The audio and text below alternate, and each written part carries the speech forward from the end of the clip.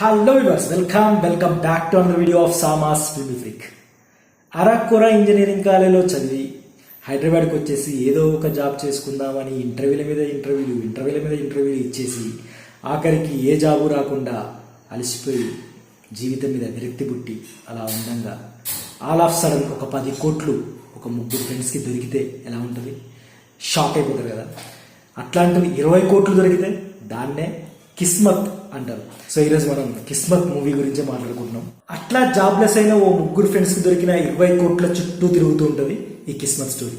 అసలు ఆ 20 కోట్లు వీళ్ళకి ఎలా దొరుకుతాయంటే, సిటీలో ఫేమస్ కాలేజీలకి అధిపతి అయిన ఓ పెద్ద మనిషి రాజకీయాల్లోకి ఎంటర్ అవ్వాలని ఆ కాలేజీల నుంచి వచ్చిన బ్లాక్ మనీని ఇన్కమ్ ట్యాక్స్ వాళ్ళ నుంచి బయటపడడానికి వాటిని మనుషుల్ని పెట్టించి బయటికి తరలిస్తారనమాట.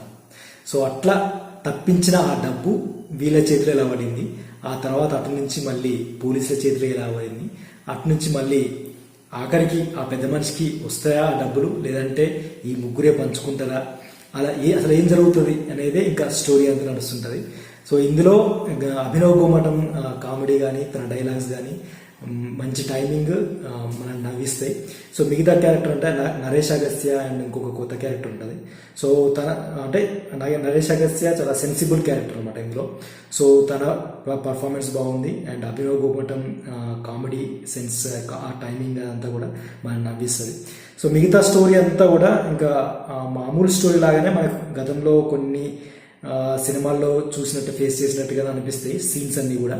కానీ ఇంకా స్టార్టింగ్ నుంచి ఎండింగ్ దాకా మనకి ఈ మనీ, ఈ 20 కోట్లు ఆ మనీ ట్రావెల్ ఎలా ఒకరి నుంచి ఒకరికి ఎలా ట్రావెల్ అయింది, ఆఖరికి ఆ మనీ ఎవరికి చేరింది అనేది ఇంకా ఇంట్రెస్టింగ్ పార్ట్గా తీసుకొచ్చాను. సో ఫస్ట్ హాఫ్ అంతా ఓకే అనిపిస్తుంది. సెకండ్ హాఫ్ అంటే ఫస్ట్ హాఫ్లో ఉన్న అభినవ్ గోమటం కామెడీని మళ్ళీ సెకండ్ హాఫ్లో కూడా కంటిన్యూ చేశారు. అయితే ఈ సినిమాకి strength Abhinav Gomatam comedy sense, dialogues అని చెప్పొచ్చు. అండ్ సబ్ ఇన్స్పెక్టర్గా అవసరాల శ్రీనివాస్ పర్ఫార్మెన్స్ కూడా చాలా సీరియస్గా, ఇటు ఫన్నీగా ఆ క్యారెక్టర్ కూడా బాగుంటుంది. సో ఇటు ముగ్గురు ఫ్రెండ్స్గా నరేష్ అగస్త్య, ఇటు అభినవ్ గుమ్మటం అండ్ ఇంకో కొత్త క్యారెక్టర్, ఈ ముగ్గురు పర్ఫార్మెన్స్ కథకు తగ్గట్టుగా నడుస్తుంటుంది, వెళ్ళిపోతుంటుంది అట్లాగా. అండ్ అవసరాల శ్రీనివాస్ క్యారెక్టర్ కూడా అవసరానికి తగ్గట్టుగా, ఇటు చెమ్మక్ చంద్ర కామెడీ ఇదంతా కూడా. అజయ్ ఘోష్ పెద్ద మనిషి character, Ajay Ghosh serious acting and Sameer income tax ఆఫీసర్గా సమీర్ పర్ఫార్మెన్స్ అన్నీ కూడా ప్రతి ఇంపార్టెంట్ క్యారెక్టర్స్ అన్నీ కూడా కథకు తగ్గట్టుగా నడుస్తుంటాయి. సో మంచి ఎంటర్టైన్మెంటే. కానీ నాకెందుకో ఇది ఓటీటీ కంటెంట్ లాగా అనిపించింది. అంటే థియేటర్లో మరి ఎంతవరకు ప్రేక్షకులు ఆదరిస్తారు అనేది చూడాలి. సో ఇది ఈరోజు నా రివ్యూ. మరి నా రివ్యూ కనుక మీకు నచ్చినట్టు లైక్ చేయండి, షేర్ చేయండి, నా ఛానల్ని సబ్స్క్రైబ్ చేసుకోండి. మరో రివ్యూతో నెక్స్ట్ వీడియో వద్దాం. అంతవరకు బాయ్.